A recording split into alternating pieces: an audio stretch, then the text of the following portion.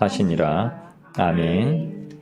여러분, 세상 가운데 죄가 있기 때문에 세상에 있는 모든 일들이 바르지 못하고 진리 안에 서지 못하고 정도를 걷지 못합니다.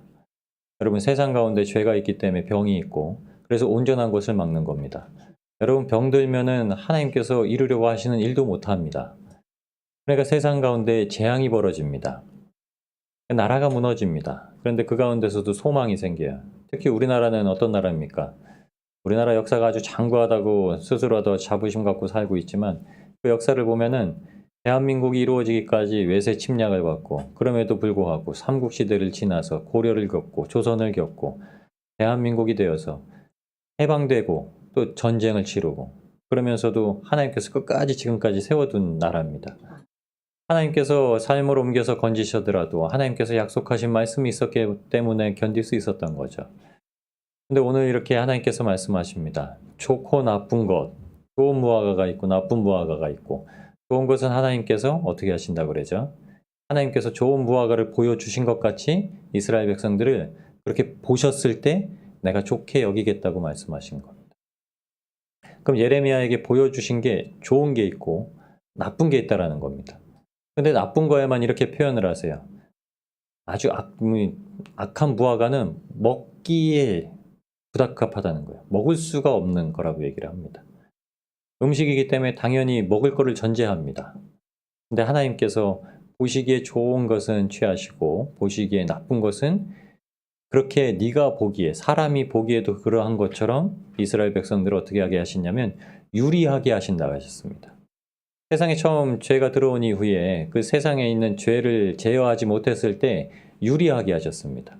방황하게 하셨어요. 가인이 아벨을 쳐 죽이고 난 다음에 이제 세상 땅에 가서 유리하게 만드십니다. 방황하고 살다는 거예요. 하나님 곁에 돌아오지 못하고 방황하고 살다가 죽게 만든다는 겁니다. 하나님의 뜻이 아니면 하나님께로 올 수가 없고, 두 번째로는 하나님께 사람적인 생각을 가지고 찾아왔더라도 결국은 떨어지게 되어 있다는 거예요. 영적으로 찾지 못하면 그렇게 된다고 말씀하시는 겁니다. 무화과의 역할을 통해서 하나님께서 우리에게 극히 좋은 무화과를 보시고 세우시려는 이유를 저에게 말씀해 주시는데, 그게 바로 성령님께서 역사하시는 겁니다. 그래서 오늘은 사사기 9장에 있는 말씀을 가지고 먼저 나누려고 합니다. 성경의 무화과에 대해서 찾아보시면 몇 가지 말씀이 나옵니다. 사사기 9장에는 이제 기드온의 아들들에 대해서 나오면서 가시나무에 대해서 나옵니다. 가시나무를 왕으로 세우는 그 비유에 대해서 얘기를 하면서 거기에 무화과 나무, 포도나무가 나오고 그 다음에 무화과 나무가 나옵니다. 근데 무화과 나무가 이렇게 나는 나무들의 왕이 될 수 없다라고 하는 이유를 얘기합니다. 이 말씀을 가지고 성령님께서 어떻게 역사하시는지, 그럼 성령님께서 맺혀주시려고 하시는 그 열매를 어떻게 우리가 붙잡고 살아가야 되는지, 또한 그것을 위해서 우리의 삶을 또한 어떻게 내어드려야 되는지 말씀을 통해서 좀 나누려고 합니다. 사사기 9장 11절에 있는 말씀입니다.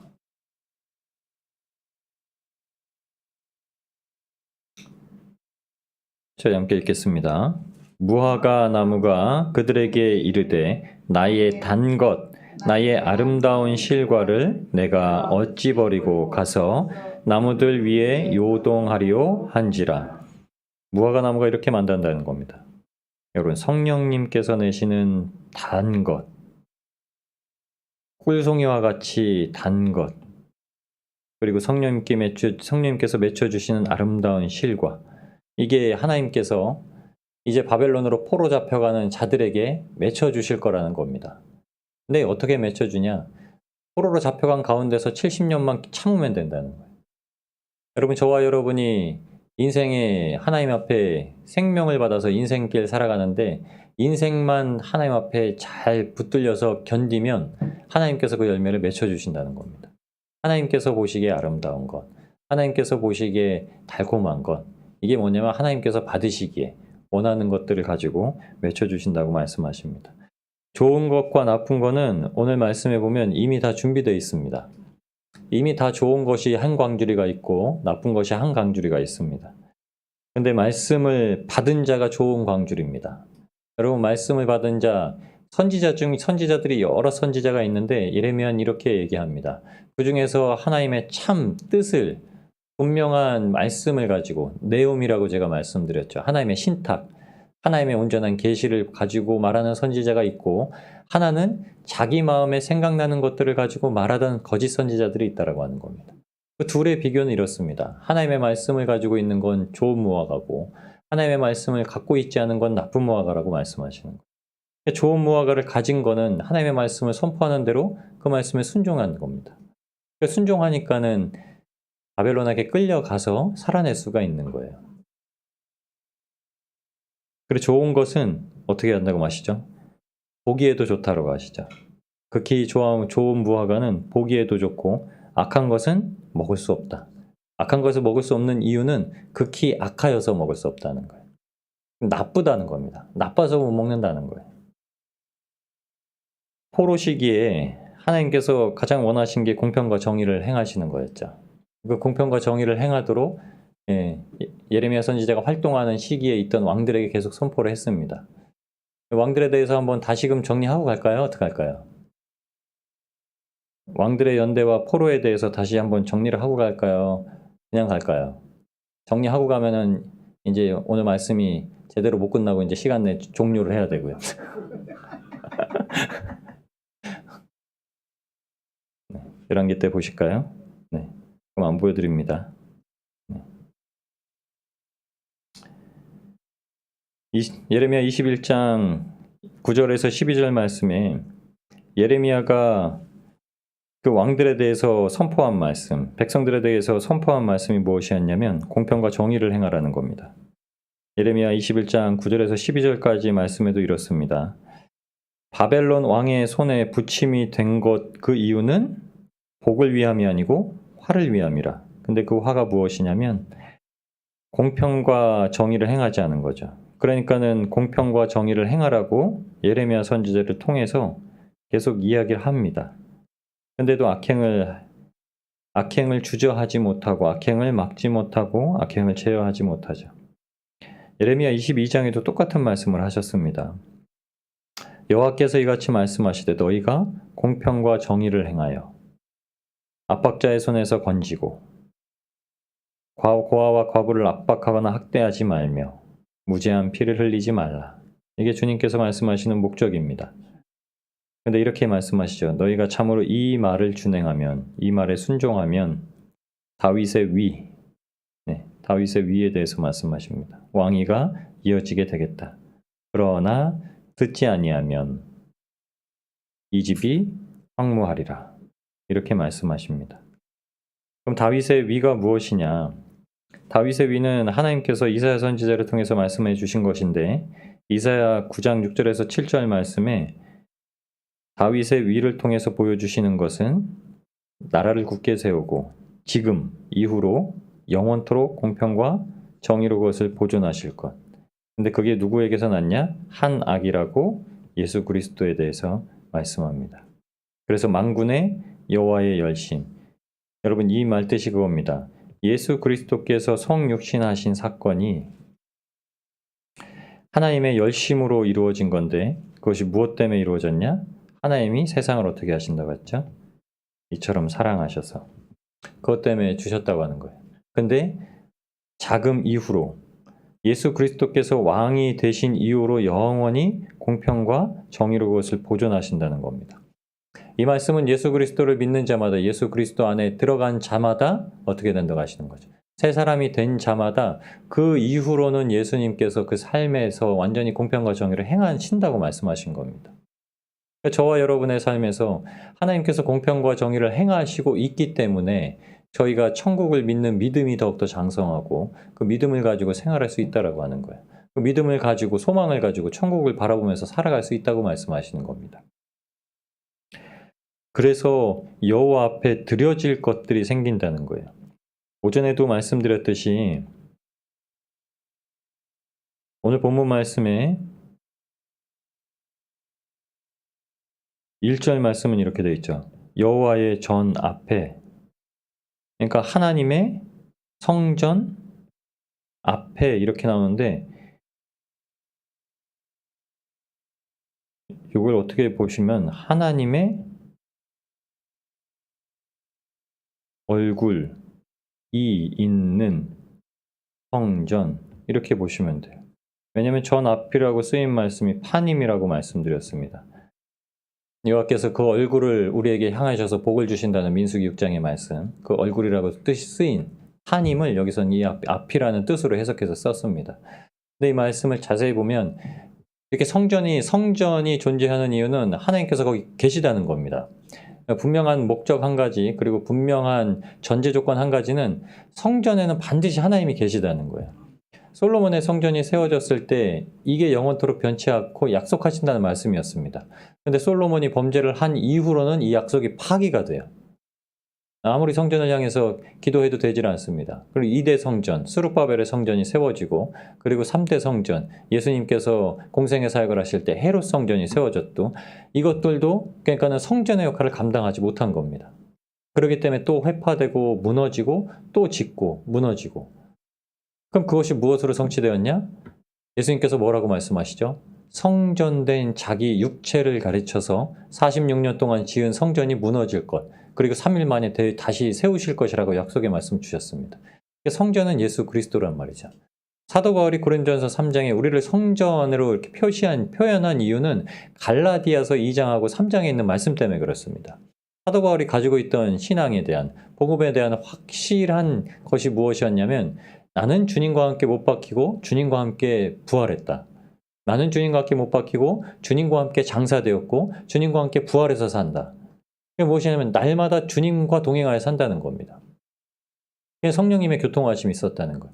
사도 바울의 이 고백이 어떻게 실제로 이어지냐면 사도행전에, 그리고 서신서에 보면은 사도 바울의 행적이 나타나는데, 그게 무엇이냐면 사도 바울이 가는 곳마다 사도 바울의 앞치마나 사도 바울의 손수건만 가져가도 병든 자가 일어났다는 거예요.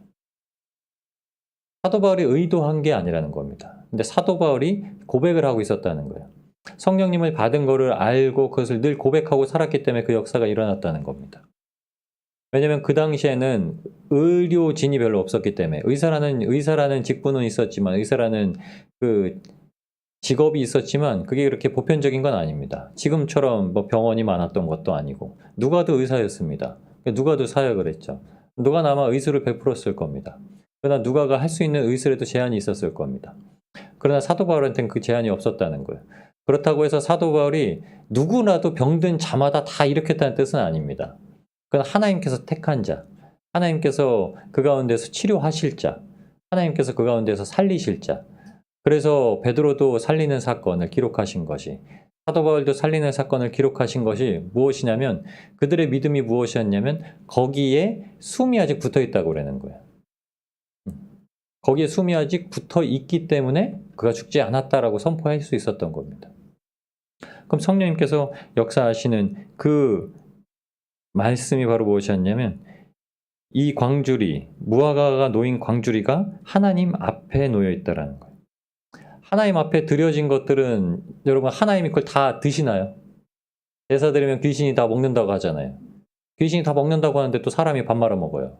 네, 음복한다고 하고. 귀신한테 드렸던 거. 그럼 술이라도 안 써야 되는데 술도 쓰고요. 네, 알코올기가 날아간 것도 아니고. 그 밥 먹는다고 해서 이건 헛밥이라고 해가지고 살 안 찐다고. 거짓말이에요. 그럼 많이 먹으면 살찝니다. 그냥 제사밥 많이 먹으면. 네. 그런 게 아니죠. 영양분이 날아가거나 그런 게 아니죠. 하나님께 그럼 드리는 이유가 뭘까요? 하나님 앞에는 순종을 요구하신 거죠. 하나님께서 제사를 드리게 하신 건 순종을 요구하신 겁니다. 그럼 그게 어떻게 돌아가냐? 그건 제사장한테 돌아갑니다. 제사장에게 응식으로 돌아갑니다. 왜냐하면 제사장은 하나님께서 나누어 주신 유산이 없습니다. 기업이 없습니다. 제사장들 지파였던 레위 지파의 기업은 오직 하나님뿐이십니다. 하나님으로만 살아가는 거예요. 여러분, 목사가 레위 지파는 아닙니다. 그러나 목사는 레위인과 같이 하나님께서 다른 일에 신경을 쓰지 않고 하나님께서 붙여주신 형제 자매들을 통해서 나누는 것을 받게 하셨습니다. 그런데 저와 여러분이 다 제사장이라고 말씀을 하셨잖아요. 제사장은 오직 레위 지파에서밖에 나오질 않습니다. 그냥 하나님께서 다 주시고 공급하시고 채우시는 것도 있다라는 거예요. 근데 구약으로만 딱 놓고 봤을 때 레위인들, 제사장들에게 하나님께서 주시는 것들이 뭐냐면 하나님께서 제사를 통해서 받으시는 재물은 다 레위인들이 가져서 생활할 수 있게 주신 것들입니다.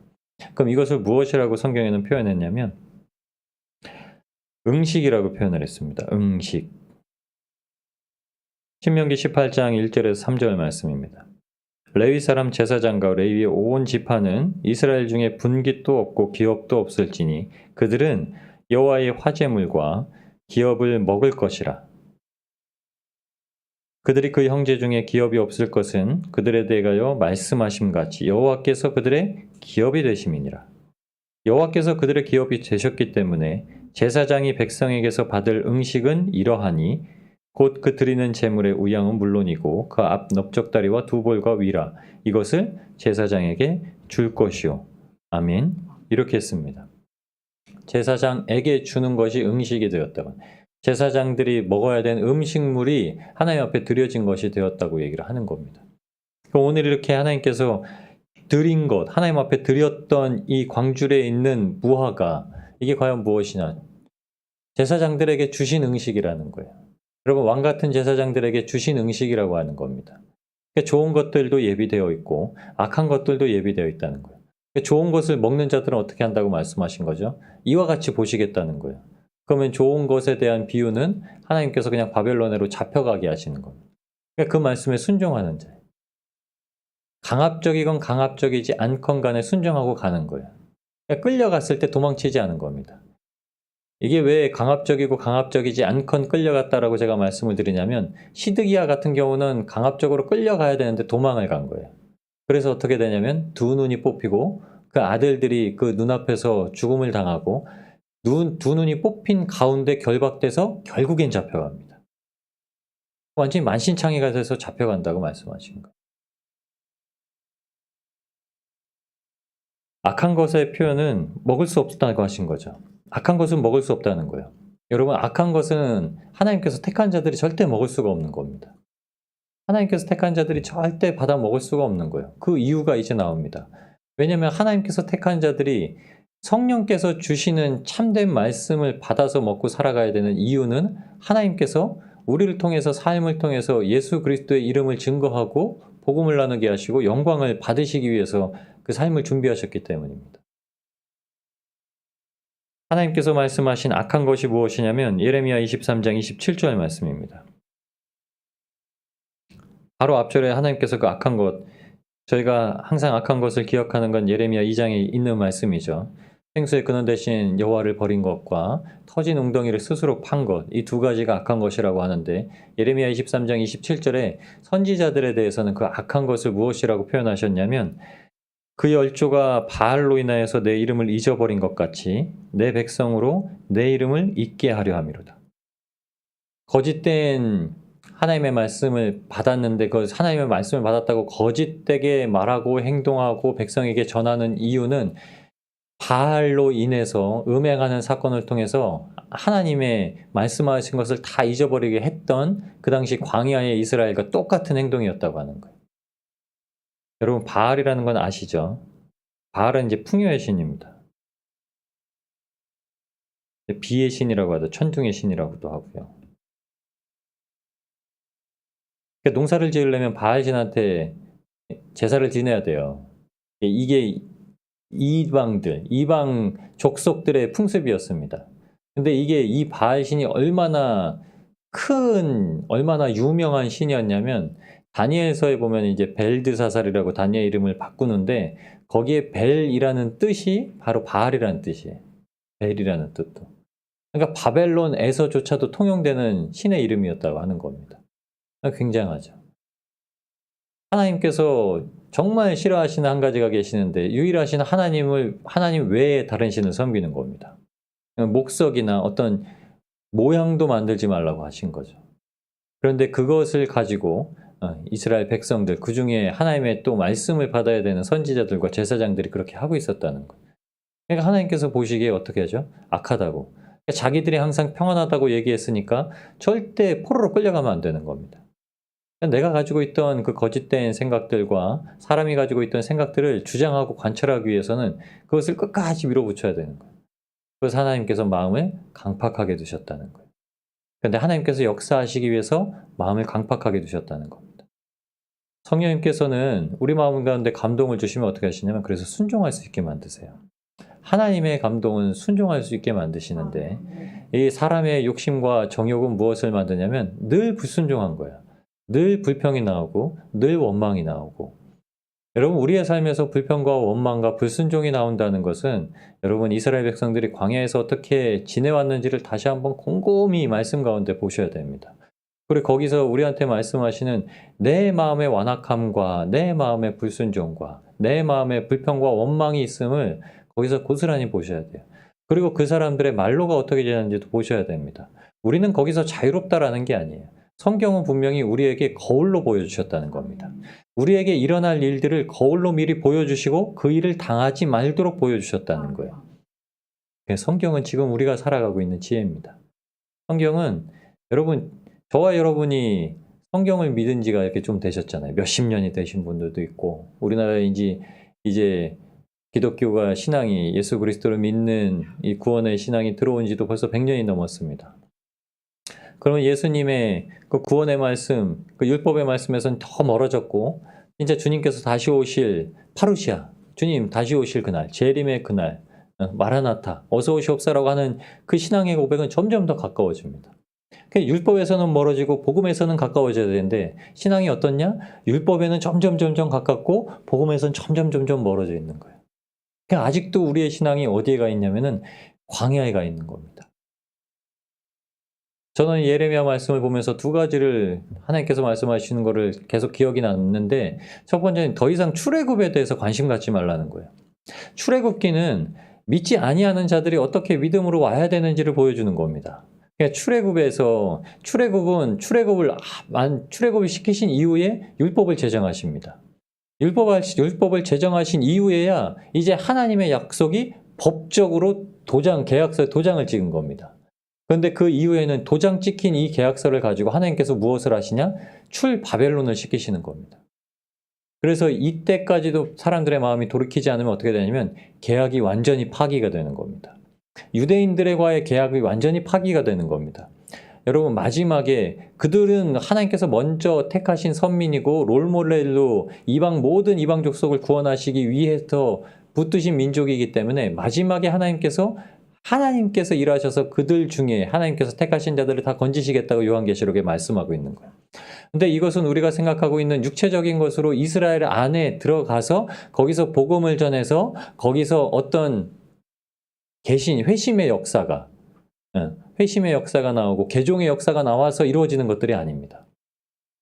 이것으로 많이 보는데 이것은 아직도 그 율법에 가까워 있는 거예요. 복음에 더 가까워 있다는 것은 여러분, 우리는 어떻게 됐냐면 저희가 교회에 발을 들여놓기까지는 출애굽의 상태로 있는 겁니다. 그래서 광야 여정을 드는 거예요. 광야 여정에서 배우면서 무엇을 하냐? 예수 그리스도께서 온전히 우리를 구원하셨다는 그 사실, 그 믿음 한 가지로만 딱 가게 하시는 겁니다. 그래서 사도 바울한테는 출애굽이 별로 중요하지는 않습니다. 사도 바울한테 중요한 거는 출애굽에서도 뭘 중요하다고 말씀하셨죠? 예수 그리스도께 속하여서 세례받았다는 거. 홍해를 건너게 하신 것은 그렇게 하셨다는 거예요. 몇 가지 사실만을 보여주십니다. 그럼 출바벨론은 무엇이냐? 여러분, 이제 성화의 길이에요. 성화의 길. 완전히 회심이 돼서 굳건한 믿음을 가지고 이제 주님 앞에 얼마나 하나님께서 약속하신 상급을 위해서 달려가냐. 저와 여러분이 아무 상급 없이 달려가는 인물들이 아닙니다. 하나님이 좋은 이유가 뭔지 아시나요? 하나님께서 이 땅 가운데서 사람들이 아무리 잡으려고 해도 정말 신기루 같이 붙잡을 수 없었던 걸 하나님께 다 잡게 해주신다고 약속하셨기 때문입니다. 사람이 결국에는 건강하지 못하고 죽게 되는데 그것을 하나님께서 주신다는 거예요. 영원한 것을 주신다는 겁니다. 사람이 어떤 것으로서도 하나님 앞에 이 인생살을 주관할 수가 없는데 그것 또한 주신다고 하시는 거예요. 구함도 그렇게 주신다고 말씀한 겁니다. 여러분 이런 거에 대해서 초월하는, 그리스도인들은 이 땅에서 그것을 초월하고 사는 이유가 그것을 아예 다 버리고 사는 게 아닙니다. 사도들도 그렇게 얘기해요. 주실 상급을 기억하고 한다는 거예요. 상급이 있기 때문에 믿음장에, 히브리서 믿음장에 보면은 상급을 바라고 그 믿음 생활을 했다는 겁니다. 하나님은 그러신 분이에요. 하나님께서 약속을 하셨다는 건 반드시 그것에 대한 상급을 주시기 때문입니다. 다윗도 그래서 날마다 그렇게 고백한 겁니다. 원수의 목전에서 상을 베풀어 주신다고 말씀하시고. 근데 이것은 우리가 이 땅에서 내가 잡으려고 하는 그 정욕 때문에 받는 상급이 아니라 마땅히 아버지께로부터 유산받는 그것에 대해서 받는 거라고 해요. 마땅히 소유해야 되는 것들, 마땅한 것을 받아 누려야 되는 것. 근데 이 땅 가운데서는 이 땅이 우리의 본향 땅이 아니기 때문에 나그네와 같이 객과 같이 사는 땅이기 때문에 우리가 이 땅 가운데 생각하는 물질은 그런 개념이 아니라는 거예요. 물질은 그냥 다 아버지 거라는 거예요. 그 말씀을 가지고 저희가 살아갈 때 하나님께서 상급을 예비하신다고 말씀한 겁니다.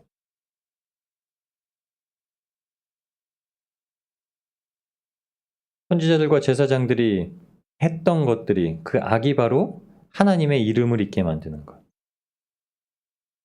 그런데 좋은 것이라고 말씀했던, 하나님께서 좋은 것이라고 말씀한 그것에 대해서는 어떻게 하냐?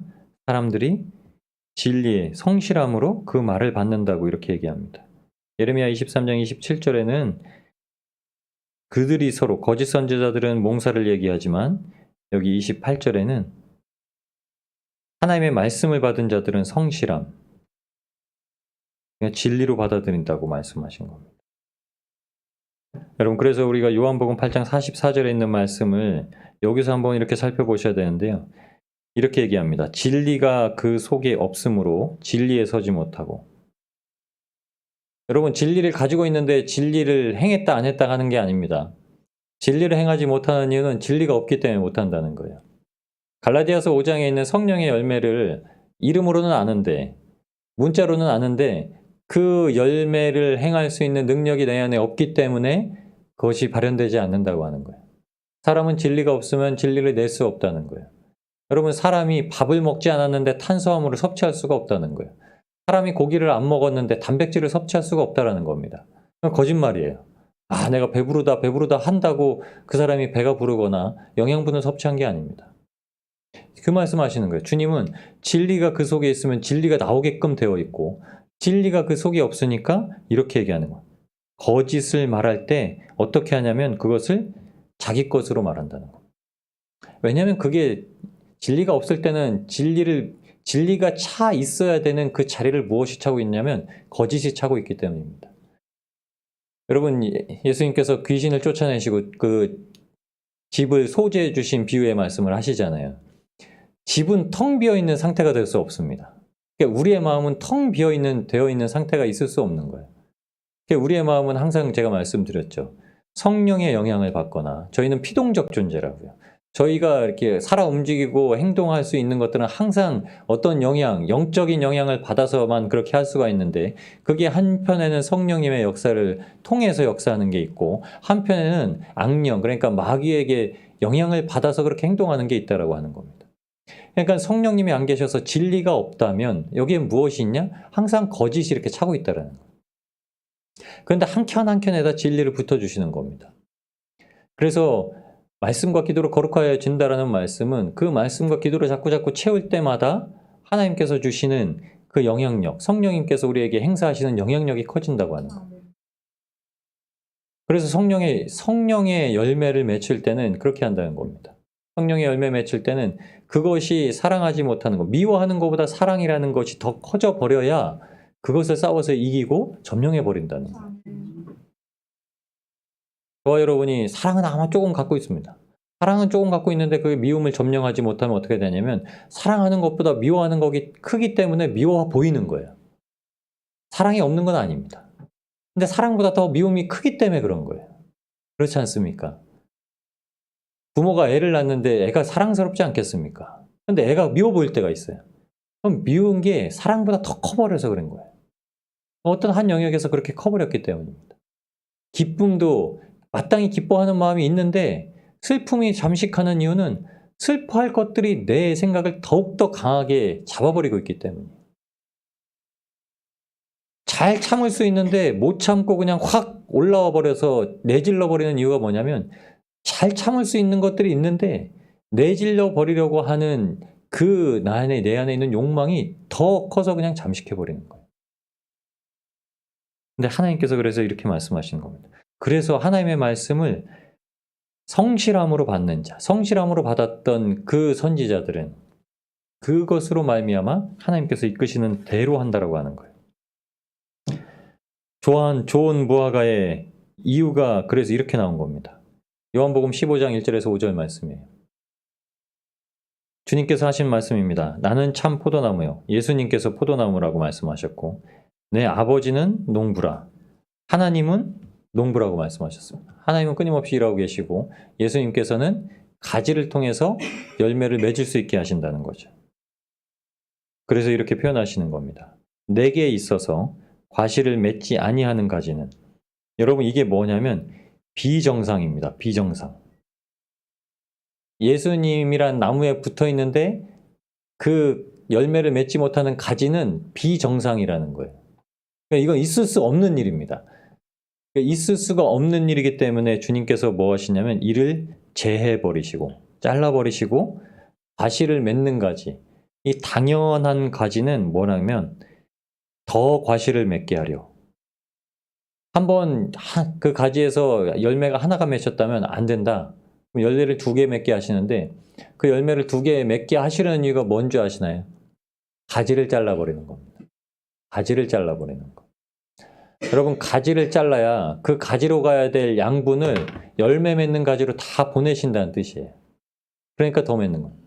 가지를 솎아주는 이유가 열매를 더 튼실하고 많이 맺기 위해서 그런 겁니다. 짜잘한 열매를 맺는 게 아니라. 여러분 이 말씀은 구원받지 못한 자들을 잘라버린다는 말씀이기도 하지만 우리 각 심령에 대해서 이 말씀을 딱 두고 얘기한다면 여러분 주님께서 우리가 자꾸 성령의 열매로 이겨나가게 하실 때마다 어떻게 하신다고 하냐면 우리가 자꾸 정말 싫어하는데 맺게 되는 육체의 열매를 잘라버리고 하신다는 거예요.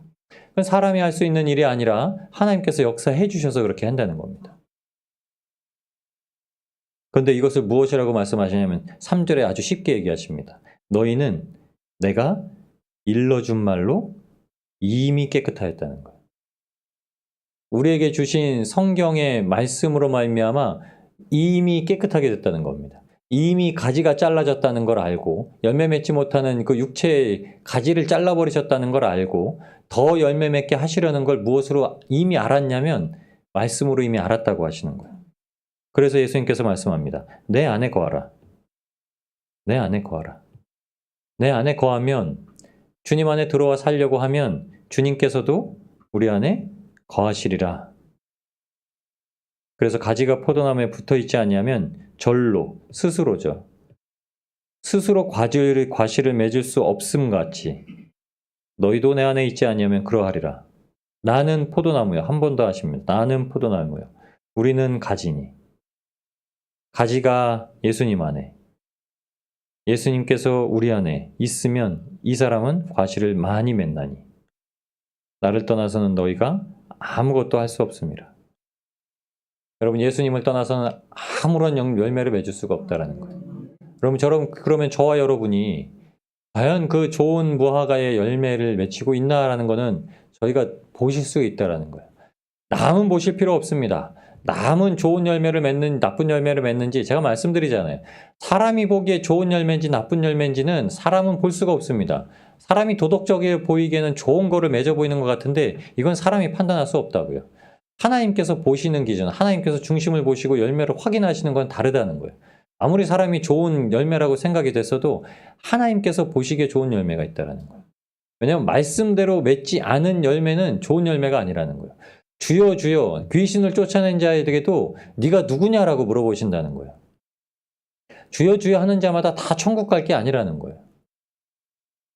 주님이라고 부른다고 다 천국 가는 것도 아니고 귀신을 쫓아낸다고 천국 가는 것도 아니라는 거예요. 분명히 그것은 하나님께서 주시고 예수님께서 제자들을 파송하실 때 마땅히 그것을 통해서 역사하시는 것을 증거로 삼게 하신 건데 똑같은 것을 똑같이 하는 자들이 있어도 예수님 안에 거하지 않으면은 그건 아무 무용지물한 거예요. 쓸모없는 거라는 거예요. 성령께서 인도하시는 것이 그래서 좋은 무화과인데 여러분 그러면 마음이 어떤 것을 받아들이는가 저희가 잘 살펴보셔야 돼요. 마음이 어떤 것인가. 여러분 하나님께서 처음 만나를 주실 때 그 만나를 약속하실 때 뭐가 있었냐면 사람들의 원망과 불평이 있었습니다. 사람들이 밖에 나와서 이제 2달 15일이 되니까 2달 15일이면 75일 정도 됐죠. 75일 정도 되니까 이제 막 고기도 먹고 싶고 부추도 먹고 마늘도 먹고 싶고 이런 생각 여러 가지 생각이 드는 거예요. 왜냐하면 불평불만이 막 쏟아질 그때에 하나님께서 만나 약속을 하십니다. 만나 약속은 메추라기를 먼저 보내시고서 메추라기를 먹는 자들이 이 사이에 있을 때 재앙을 내리신 다음에 그 다음에 이제 만나를 주시기 시작하세요. 출애굽기 16장에 있는 그 말씀이 다 그겁니다.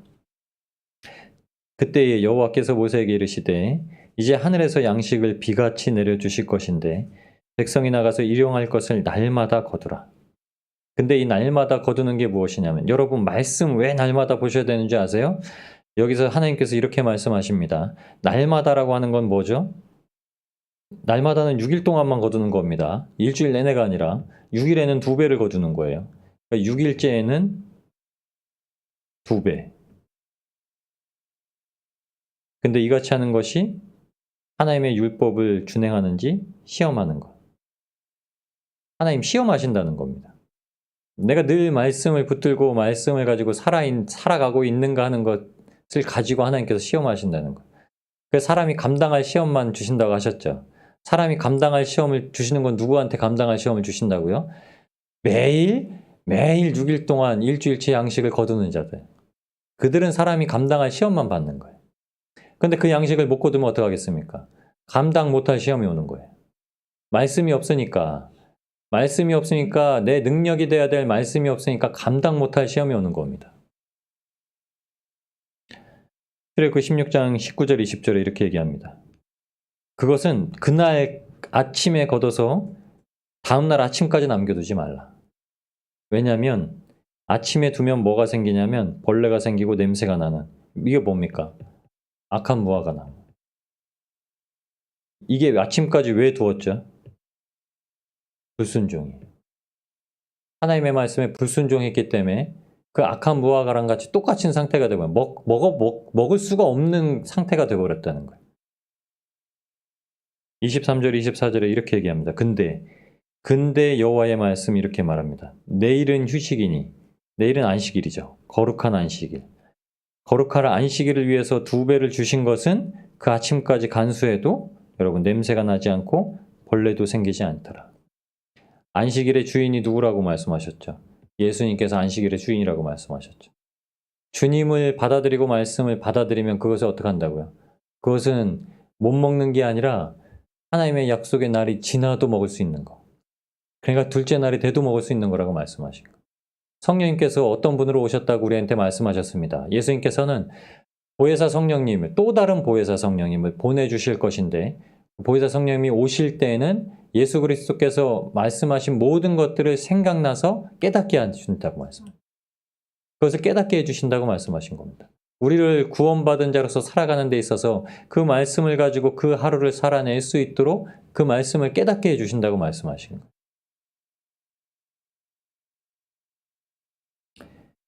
근데 그 말씀을 가지고 어떻게 살아가게 하냐? 가장 하나님께서 원하시고 이루려고 하시는 것이 바로 사랑이라는 겁니다. 사랑이라는 거. 하나님의 사랑이라는 거. 고린도전서 13장에 하나님께서 우리를 이같이 사랑하셔서 이같이 사랑하신 이유는 그 사랑을 고스란히 하나님을 향해서 내고 그 사랑을 고스란히 하나님께서 택하실 자들을 위해서 내라고 말씀하신 거예요. 그래서 고린도전서 13장의 사랑장에 보면은 사랑장에 이렇게 얘기합니다. 사람의 방언을 하든지 천사의 말을 하든지 사랑이 없으면 뭐라고요? 다 꽝. 예언을 하더라도 모든 비밀을 알고 지식을 알고 또한 믿음을 산을 옮길 만한 믿음이 있더라도 사랑이 없으면 꽝. 내가 아무것도 아니에요. 그 믿음이 아무것도 아닌 게 아니라 그 믿음을 가지고 있다라고 하는 그 비밀을 가지고 있다라고 하는 그 지식을 가지고 있다라는 사람한테는 아무 유익이 없다는 거예요. 꽝이라는 거예요. 내가 내게 있는 모든 것으로 구제하더라도 불사르게 헌신할지라도 사랑이 없으면 내게 꽝. 아무 유익이 없다는 거예요. 이거는 우리가 신앙의 공력으로서 천국에다가 하나님 앞에 상급으로 쌓아둘 것이 아무것도 없는 거라는 겁니다. 열심히 해봤자 사랑이 없으면 꽝이라는 거예요. 아무리 하나님의 말씀을 들었더라도 그게 사랑이 없으면 꽝이라는 거예요. 내게 믿음이 있더라도 믿음으로 그 구원은 받아요. 불 가운데서 구원을 받은 것까지는 구원을 받되 믿음이 없으면 상급을 쌓아 넣어가지고 하나님께서 인정하시는, 하나님께서 주시려는 기업을 있게 하시라는 데 있어서는 아무 유익이 없다는 거예요. 꽝이라는 거예요. 사랑장은 그냥 사랑에 대해서 얘기한 게 아닙니다. 우리가 살아가는 이 신앙에 대해서, 우리가 성화해야 되는 과정 중에 대해서 얘기하신 거예요. 그래서 이렇게 얘기합니다. 사랑은 오래 참고 사랑은 온유하고 투지하냐. 이 말씀을 쭉쭉쭉쭉 하면서 7절에 이걸 다 합쳐서 이렇게 얘기해요. 모든 것을 참는 게 사랑. 모든 것을 믿는 게 사랑. 모든 것을 바라는 게 사랑. 모든 것을 견디는 게 사랑. 이것은 견디고 이것은 못 견디는 게 아니라, 이것은 바라고 이것은 못 바라는 게 아니라, 이것은 참고 이것은 못 참는 게 아니라 모든 것을 다 그렇게 해야 된다는 거예요. 그래야 사랑이라고 말씀하는 겁니다. 그때 뭐라고 얘기했냐면, 지금은 우리가 거울로 보는 것 같이 희미하나 주님을 마주할 때에는 얼굴과 얼굴을 대하여 볼 것이요, 아주 또렷하게 볼 것이요, 우리가 지금은 부분적으로 알고 있으나 그때는 주님께서 나를 아신 것 같이 온전히 알리라. 아멘. 여러분, 그래서 사도 바울이 무엇을 가지고 얘기한 건지 아시나요? 우리는 온전하지 못하지만 반드시 온전하려고 추구하고 나가야 된다는 거. 여러분, 우리가 모든 것을 참거나 모든 것을 견디거나 앞에 있는 말씀처럼 모든 것을 믿고 모든 것을 바라지 못하는 것처럼 지금 살고 있어도 내가 모든 것을 견디려고 살아가야 되고, 모든 것을 믿으려고 살아가야 되고, 모든 것을 바라려고 살아가야 되고, 모든 것을 참으려고 살아가야 된다는 거예요. 여러분, 이게 성화입니다. 성화는 영화가 아니에요. 완전하게 이루어진 상태를 얘기하는 게 아닙니다. 그러나 그 상태가 될 수 있다라는 약속의 말씀을 가지고 살아가는 거예요. 그러니까 우리가 달려갈 길은, 이 결승선은 어떻게 돼 있냐면 우리의 육체가 맞춰지고 믿음의 고백을 할 때 결승선이 눈앞에 있는 거예요.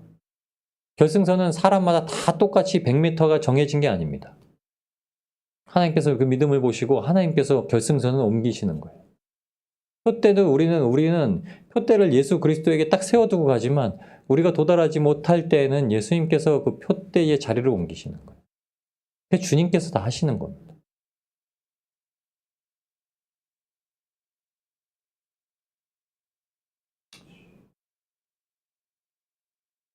여호와인 줄 아는 것. 여러분, 여호와인 줄 알아야 순종할 수 있는 마음이 생기는 겁니다. 요한일서 4장에 사도 요한도 이 사랑에 대해서 얘기하는데, 그 사랑을 하나님의 은혜 가운데서 어떻게 말씀하는지 한번 보시고 마치겠습니다. 요한일서 4장 말씀을 쭉 보시는데 제가 요약만 해놨습니다. 처음에 이렇게 얘기를 해요. 사랑하는 자들아, 영을 다 믿지 마라.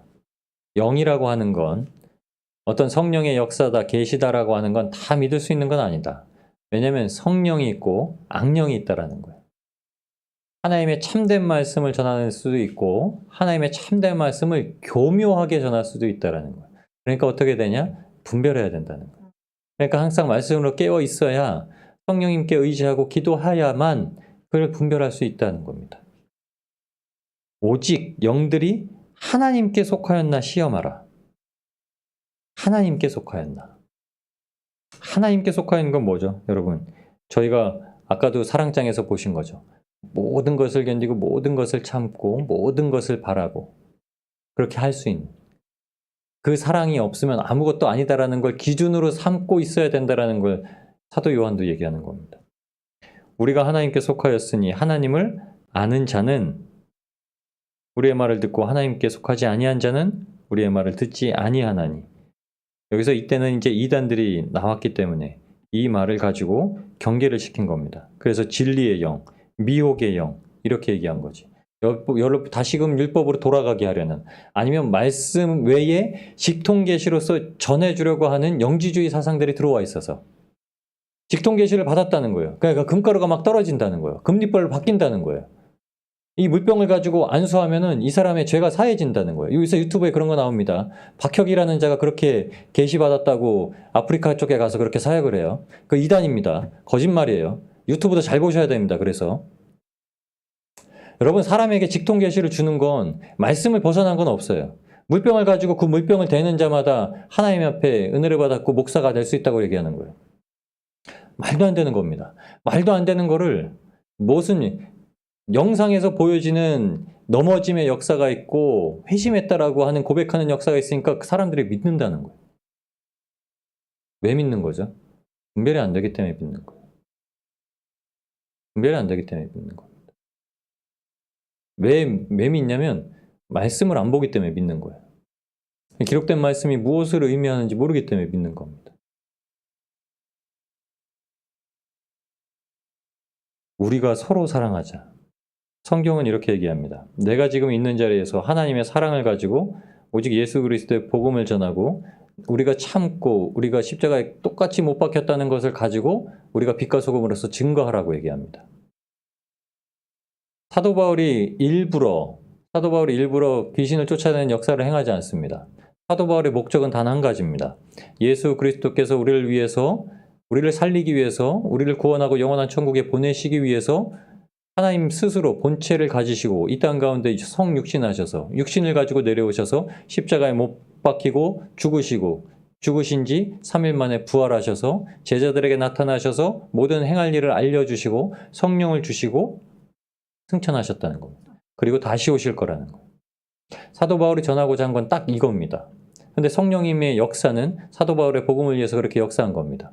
저와 여러분에게도 성령님께서 역사하시는 것은 그 복음을 위해서 역사합니다. 첫 번째로는 그 복음을 위해서 저희의 신앙이 떨어지지 아니하게 역사하시고요. 두 번째로는 하나님께서 택하신 자들을 하나님의 말씀으로서 부르시기 위해서 저희를 쓰시기 때문에 역사하시는 겁니다. 그래서 성령님께서는 어떤 것을 내냐? 저와 여러분의 삶 가운데 무화과 같은, 좋은 무화과 같이 달콤한 것, 하나님의 말씀이 달콤하다라는 걸 알게 하고 하나님께서 이 말씀을 통해서 그 열매가 아름답다라는 걸 알게 해주신다라는 거예요. 사랑은 하나님께 속한 것이니 사랑하는 자마다 이렇게 얘기하죠. 하나님께로부터 태어나서 하나님을 아는 자. 사랑하지 아니하는 자는 하나님을 알지 못하나니 이유는 하나님은 사랑이시기 때문에 이렇게 얘기합니다. 하나님의 사랑이 우리에게 이렇게 나타난 바 되었으니 사도 요한도 똑같은 말을 합니다. 하나님이 자기 독생자를 세상에 보내심은 저로 말미암아 우리를 살리려 하심이니 이게 사랑이라는 사랑의 정의입니다. 사랑의 정의는 하나님께서 자기 독생자를 세상에 보내셔서 우리를 살리려 하시는 것. 남자가 여자를 사랑할 때, 이성적으로 사랑할 때 그 사랑의 목적은 예수 그리스도께서 이 땅 가운데 성육신하셔서 하나님께서 독생자를 이 땅에 보내셔서 내가 사랑하는 그 상대를 살리기 위해서 주신 것. 이게 이성의 끌림의 사랑이 아니라 예수 그리스도께서 가진 사랑의 분명한 이유와 정의를 가지고 하는 것. 부모와 자녀 간의 사랑도 이 사랑에서 벗어날 수가 없습니다. 남자와 여자의 사랑도 이 사랑에서 벗어날 수가 없고 친구 간의 우정에 대한 사랑도 이 사랑에서 벗어날 수가 없습니다. 사랑은 여기 있으니 우리가 하나님을 사랑한 것이 아니요 오직 하나님께서 우리를 사랑하사 우리 죄를 위하여 화목제로 그 아들을 보내셨음이니라. 아멘. 20절 21절 마지막 말씀만 마치고 마치겠습니다. 하나님을 사랑하노라 하고 형제를 미워하면 이는 거짓말하는 자니 형제를 사랑치 아니하는 자는 보지 못하는 바 하나님을 사랑할 수 없느니라. 우리가 이 계명, 여러분 이게 예수님께서 우리에게 남겨주셨던 계명입니다. 이 계명을 주께 받았나니 하나님을 사랑하는 자 또한 형제를 사랑할지니라. 아멘. 오늘 말씀은 예레미야를 통해서 바벨론으로 옮기시는 말씀을 합니다.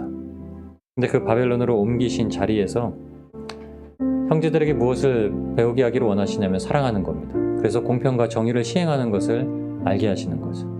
여러분 저희가 지금 만약 저희의 인생이 70년을 기준으로 살고 있다면 아마 바벨론에 사로잡혀서 이것을 배우고 있는 시기일 겁니다.